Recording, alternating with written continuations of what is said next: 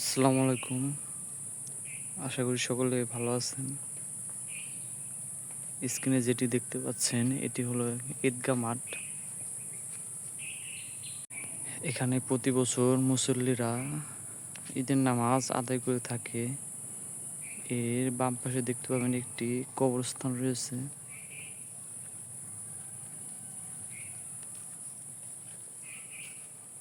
এই যে এটা হচ্ছে কবরস্থান।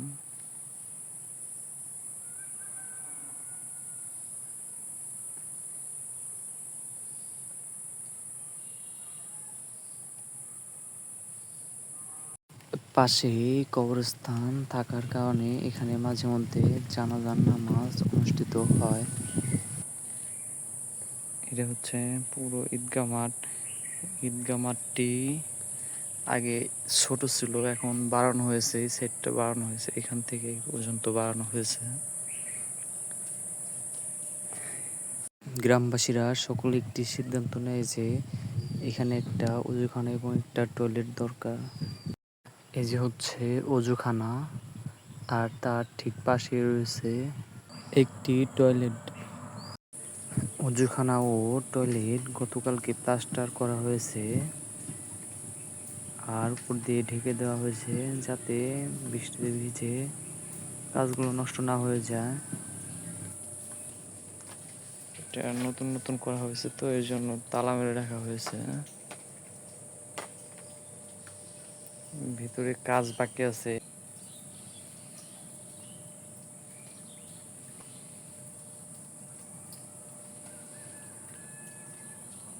এটা কাজ এখনো চলমান আছে, কাজটা শেষ হয় নাই।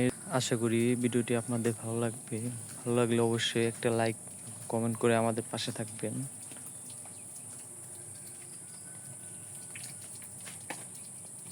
আর পিছন সাইডে দেখতে পাচ্ছেন স্ল্যাব রয়েছে। স্ল্যাব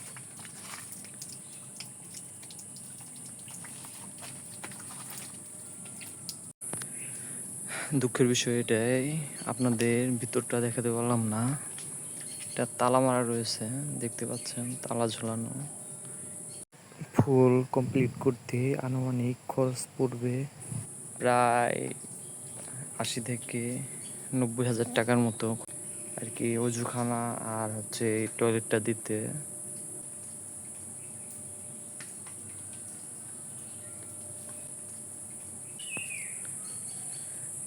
আর এইখানে হচ্ছে নামাজ পড়ানো হয়, ঈদের নামাজ, সেটাকে আপনারা ঈদগাহ মাঠ বলে থাকি আমরা।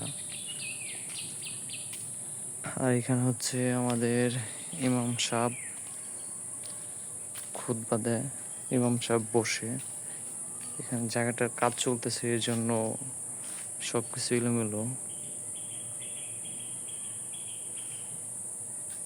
আর এখান থেকে পুরো মাঠটা দেখতে চাইলে এই যে পুরো মাঠটা দেখেন, ঠিক মাঠের পিছন সাইডে অজুখানা আর একটা টয়লেট বসানো হয়েছে, দেখতে পাচ্ছেন।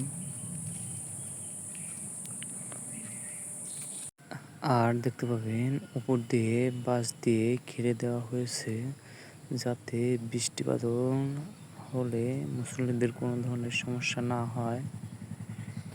ভিডিওটি কেমন লেগেছে অবশ্যই কমেন্ট করে জানাবেন। সামনে এমন ধরনের ভিডিও পেতে আমার চ্যানেলটিকে সাবস্ক্রাইব করে পাশে থাকা বেল আইকনটি বাজিয়ে দেবেন। আল্লাহ হাফেজ।